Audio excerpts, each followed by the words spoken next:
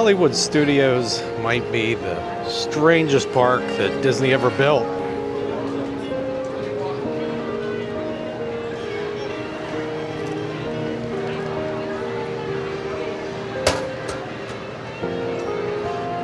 There's Bo. For years, this place felt confused, unfinished, and constantly changing. And maybe that's what this park actually is. Not a snapshot of Hollywood, but a reflection of Disney itself. This has been a park of eras. The Eisner era, the Iger era, JPEG, the return of Iger, and now the Domaro era. Each generation brought a different philosophy for what this park was supposed to be. But for the first time in a long time, the changes happening here actually feel intentional.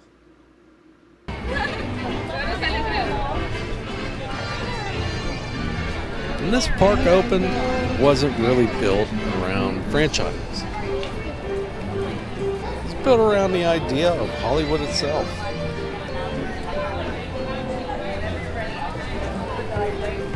Movie magic, production, illusion. You were supposed to feel like you had stepped behind the curtain. Back when this was still Disney-MGM Studios, the park had a very specific identity.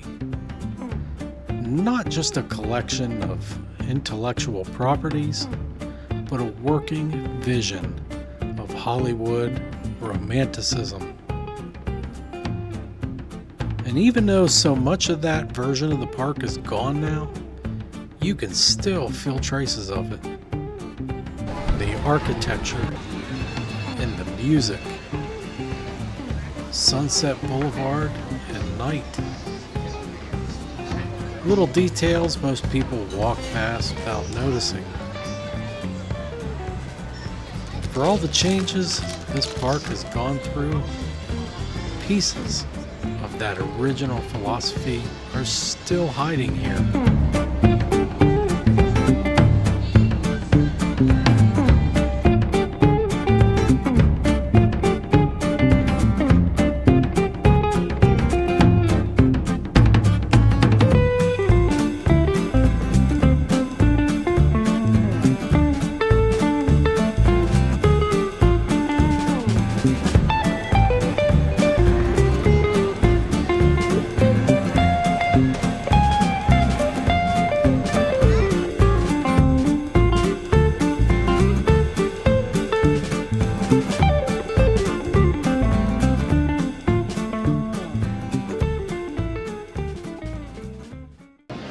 But over time, that identity started to shift. The studio concept slowly faded into the background. Some attractions closed. Entire areas disappeared. And little by little, Hollywood Studios started becoming something else. For years, this park almost felt like Disney was experimenting in public. One era pushing out the last before the park ever had time to fully settle into itself. New intellectual properties arrived. Massive expansions changed the scale of the park. And for a while, Hollywood Studios stopped feeling connected. Not broken exactly, but fragmented. Like several different versions of Disney competing for space inside the same park. You can still feel that tension walking through certain parts of the park today. The transition from old Hollywood to Star Wars. The spaces caught between nostalgia and modernization. The areas that still feel like remnants of entirely different creative philosophies. For a long time, Hollywood studios didn't feel unfinished because Disney lacked ideas. It felt unfinished because Disney itself was changing.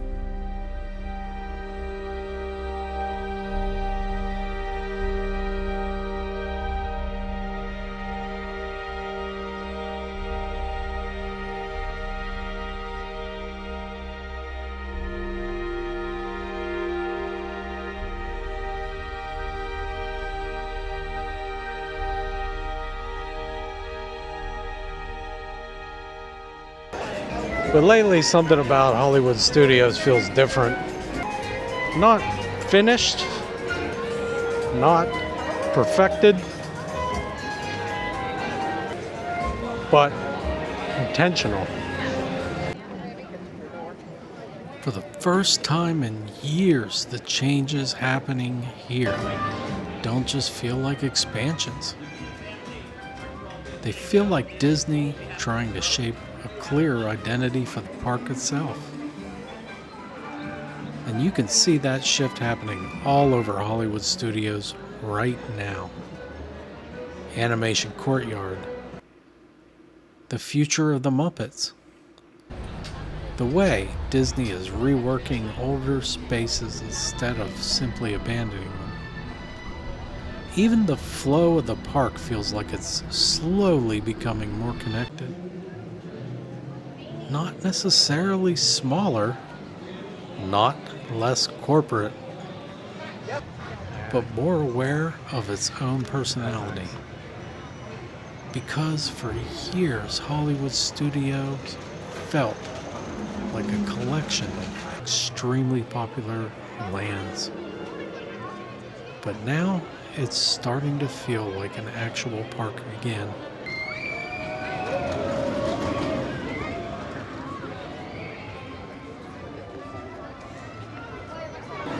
Animation Courtyard has always felt like the last remaining piece of an older Hollywood studios.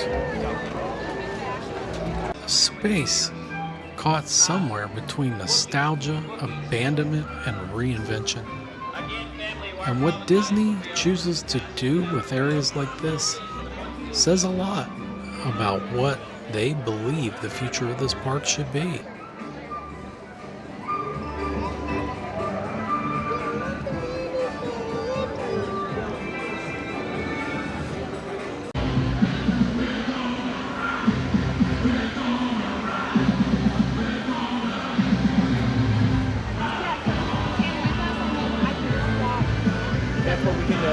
What makes the Muppets here so interesting isn't just nostalgia, it's what they represent. For years, Disney aggressively prioritized scale. Bigger franchises, bigger lands, bigger intellectual properties.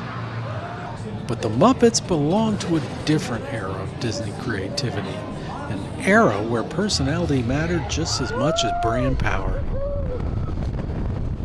Bringing that energy back into Hollywood studios feels surprisingly important. Because this park used to feel strange, playful, a little chaotic. And maybe Disney is finally realizing that some of that personality was worth preserving. Hollywood studios probably always be changing. Maybe that's just what this park is.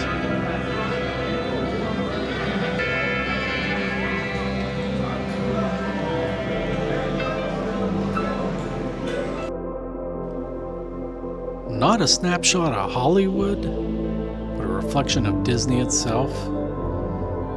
This has been a park of eras. The Eisner era, the Iger era, Chapek, the return of Iger, and now the Tomorrow era. Each generation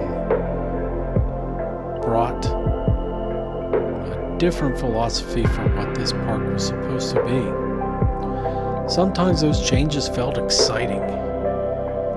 Sometimes they felt disconnected. And sometimes the park seemed caught somewhere in between.